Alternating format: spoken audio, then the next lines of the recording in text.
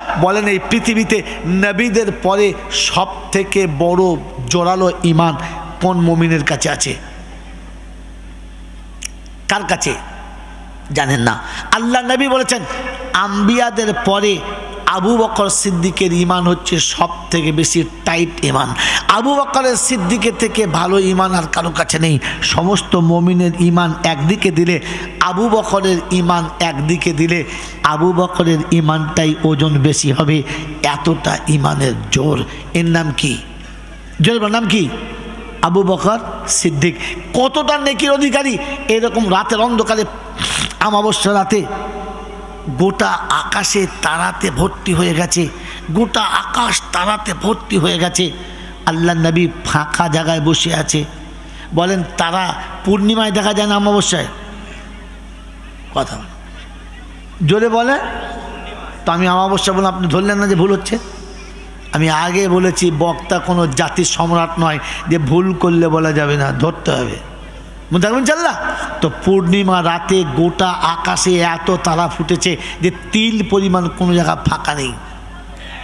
আম্মা জান আয়েশা আল্লাহ নবীর পাশে বসে হাসি আমাদের কথা চলছে, আর হঠাৎ বলে ফেললেন ইয়া রাসূলুল্লাহ, ইয়া হাবিবাল্লাহ, আকাশে এত তারা। বললেন হ্যাঁ। কোনো মুমিনের জীবনে এতটা নেকি আছে? আল্লাহ রাসূল বললেন হ্যাঁ। আম্মা জান আয়েশা মনে মনে করলেন নিশ্চয়ই আমার আব্বার নাম বলবে। কিছু বললেন না নবী, হ্যাঁ বললেন, নাম বললেন না।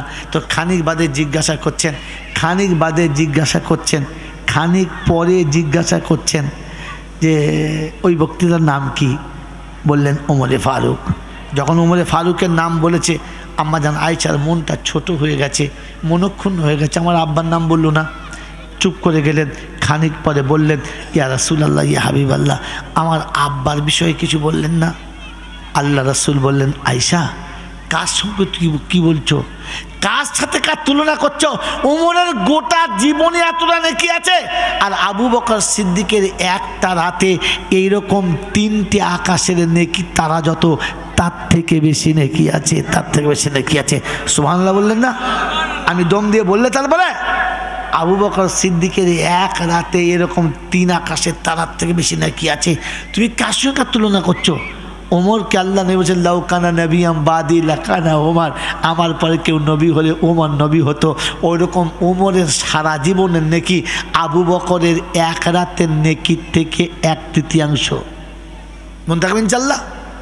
এইরকম আবু বকর সিদ্দিক এশার নামাজ রাসূলের পিছনে পড়ে বাড়ি গেছেন, সামান্য খেয়ে কাইলুল্লাহ করেছেন, তারপরে উঠে ওযু করে কোরআন পড়তে বসেছেন। তেলাওয়াত চলছে, তেলাওয়াত চলছে। তেলাওয়াতের কণ্ঠস্বর শুনে, তেলাওয়াতের আওয়াজ আর মাধুর্যতা শুনে আবু জেহেলের মতো মানুষ বিবির বিছানা ছেড়ে উঠে এসে জানলায় দাঁড়িয়েছে। ওতবা, সাইবা, মুগিরা, আবু সুফিয়ান, ওমর সবাই এসে জানলার কাছে দাঁড়িয়ে কোরআন শুনছে। ঘন্টার পর ঘন্টা, একদিন দুদিন নয়, 1 সপ্তাহ 2 সপ্তাহ নয়, মাসের পর মাস আবু বকরের তেলাওয়াত শুনছে, আবু বকরের তেলাওয়াত শুনছে, রাতের পর রাত জেগে দাঁড়িয়ে দাঁড়িয়ে। মেরে মোহতরম দোস্তর বুজুর্গ, যদি ভালো মানুষের মুখের কথা শুনে জীবন পাল্টাতো, তাহলে আপনার কাছে আমি জিজ্ঞাসা করতে পারি আবু বকরের কাছে কোরআন শুনে আবু জেহেল কেন পাল্টালো না?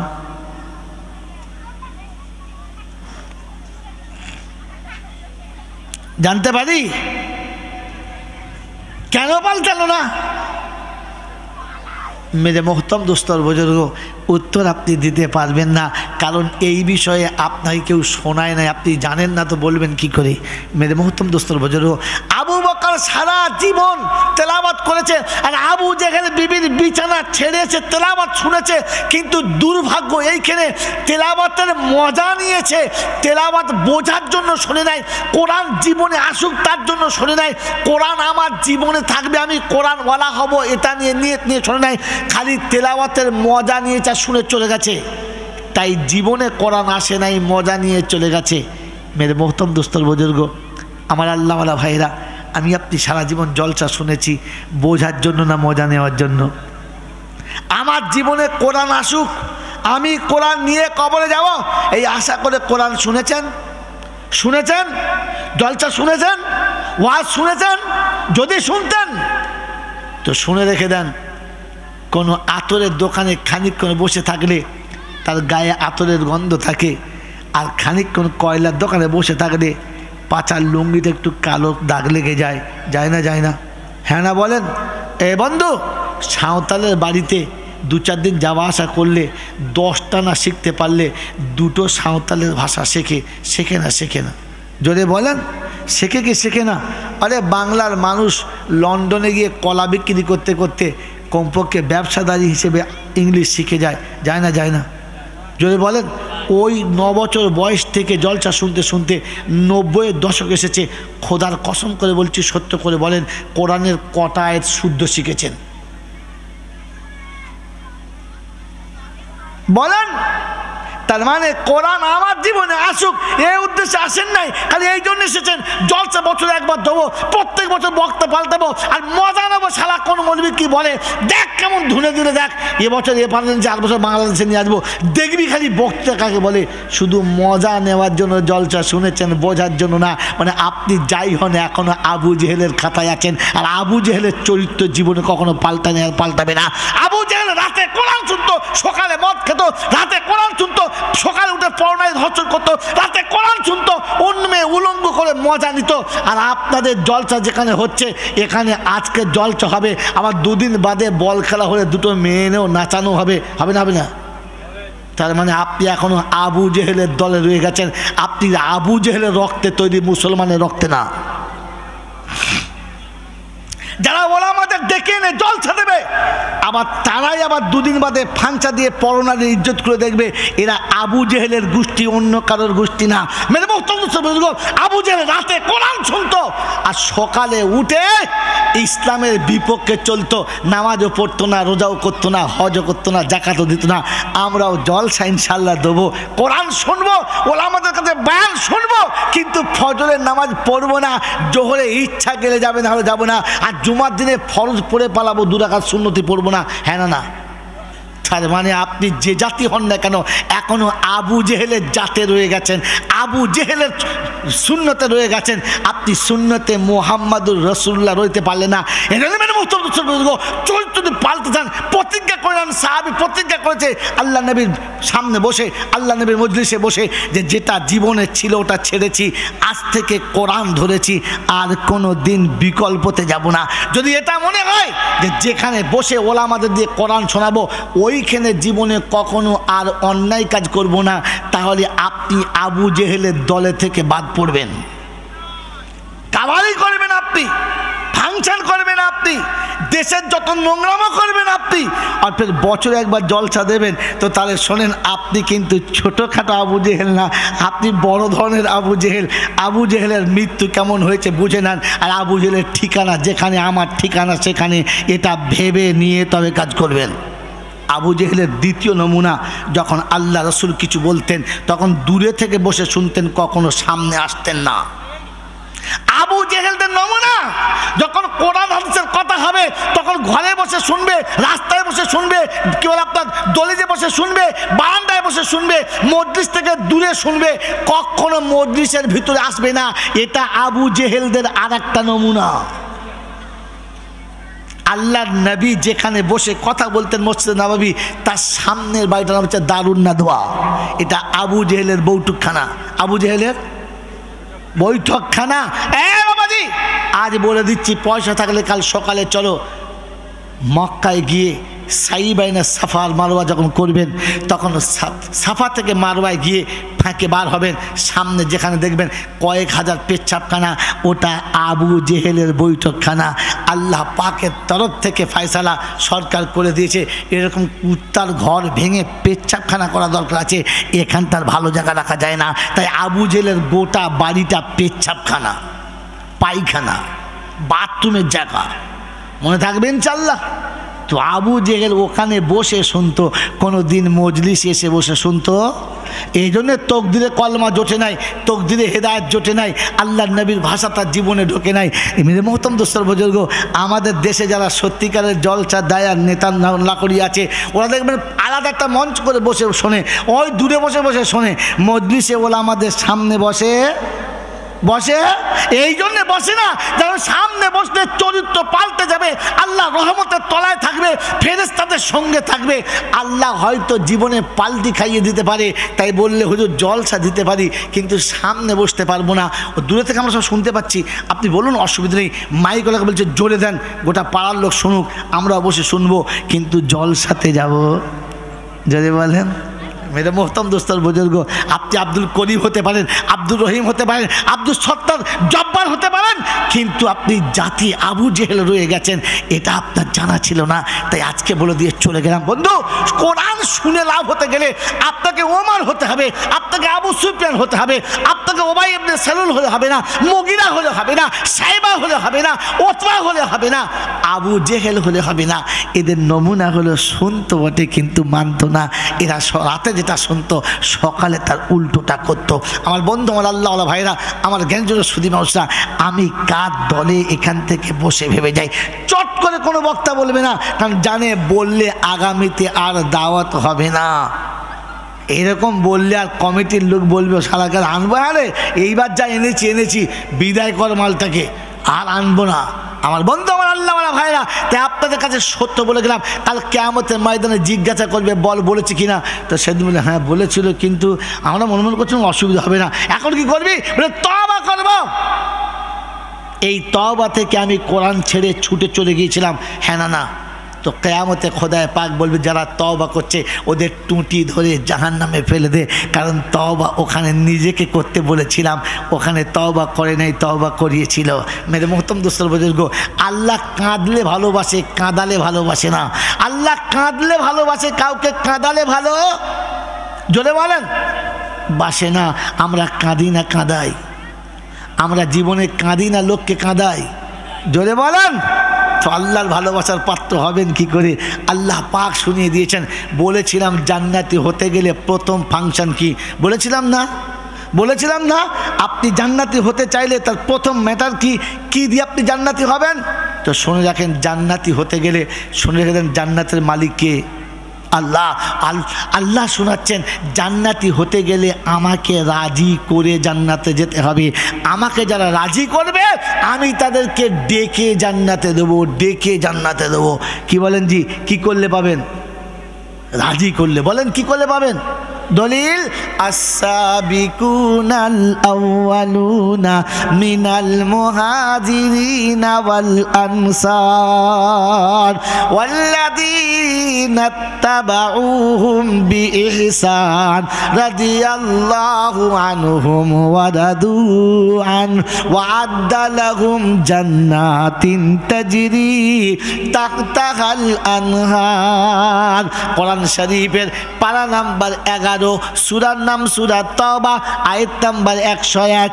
ডান দিকের পৃষ্ঠার শুরুতেই শুনিয়েছে, as-sabiqunal awwaluna minal muhajirin wal ansar walladhina ittaba'uhum bi ihsan radiyallahu anhum wa radu an wa'adda lahum jannatin tajri tahtaha al-anhar।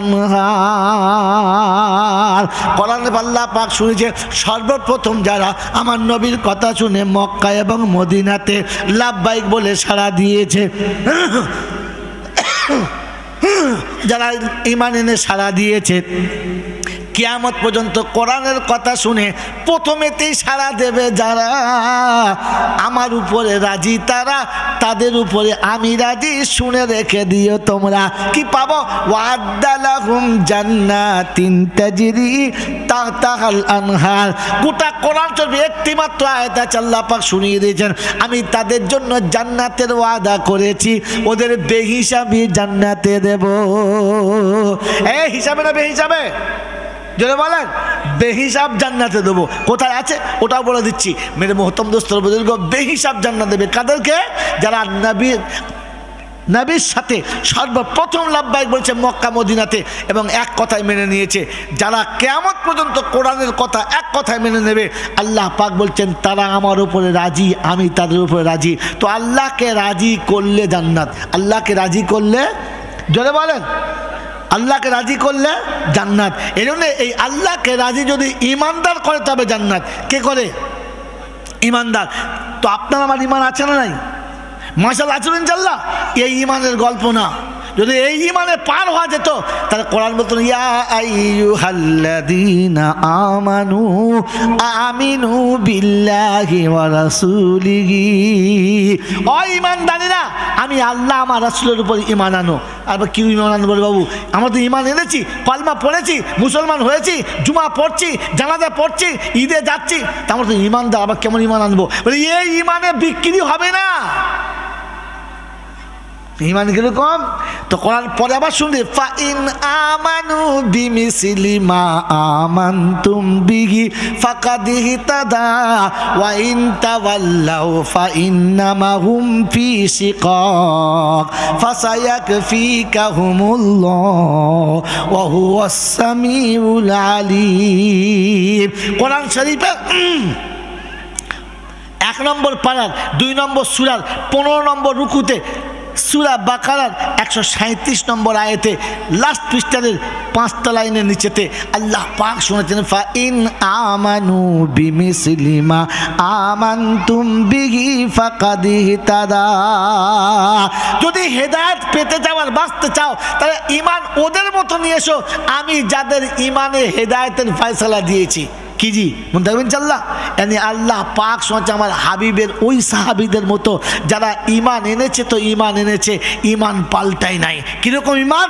ইয়া ইন্নাল্লাহ আশতারা মিনাল মুমিনিনা আনফুসাহুম ওয়া আমওয়ালাহুম বিআন্না লাহুমুল জান্নাহ আল্লাযীনা ইউকাতিলুনা ফি সাবিলিল্লাহি ফায়াকতুলুনা ওয়া ইউকতালুন। 11 পারা সূরা তাওবা 111 নম্বর আয়াতে আল্লাহ পাক শুনিয়ে দিচ্ছেন ইন্নাল্লাহ আশতারা মিনাল মুমিনিনা আনফুসাহুম ওয়া আমওয়ালাহুম বিআন্না লাহুমুল জান্নাহ।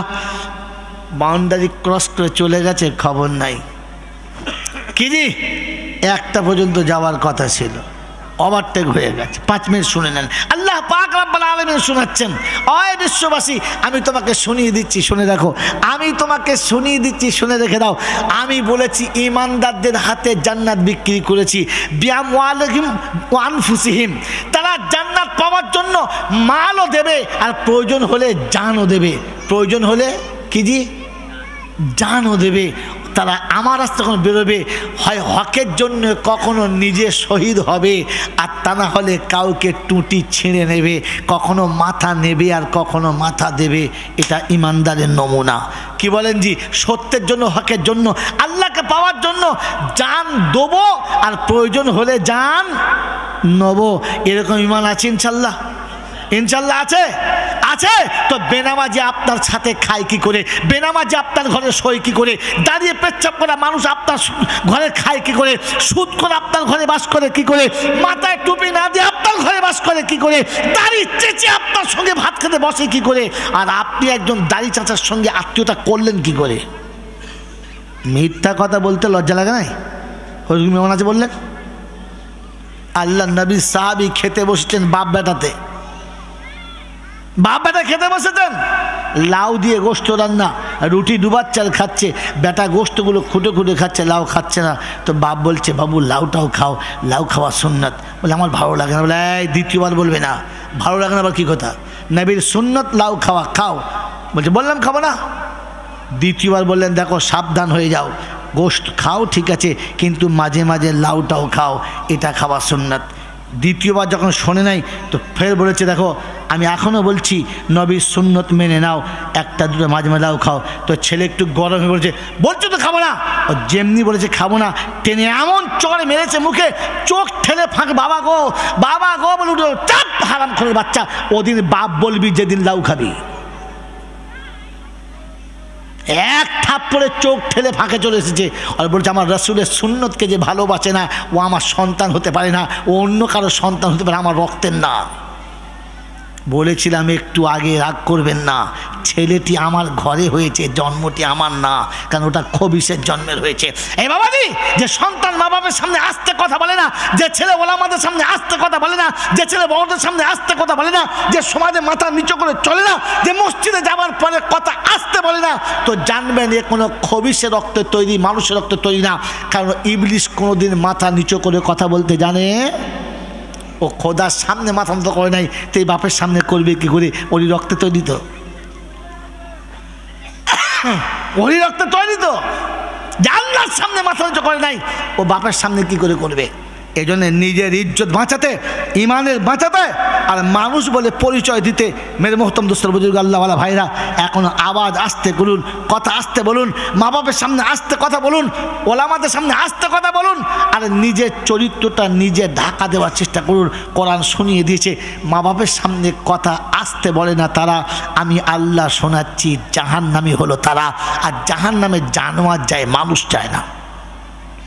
মেরে মোহতম দোস্তর বুজুর্গ আল্লাহওয়ালা ভাইরা, জ্ঞানীজনরা, বুদ্ধিজীবীরা, আমার বাবাজিরা, তাই শেষ কথা বলে দিয়ে চলে যাচ্ছি।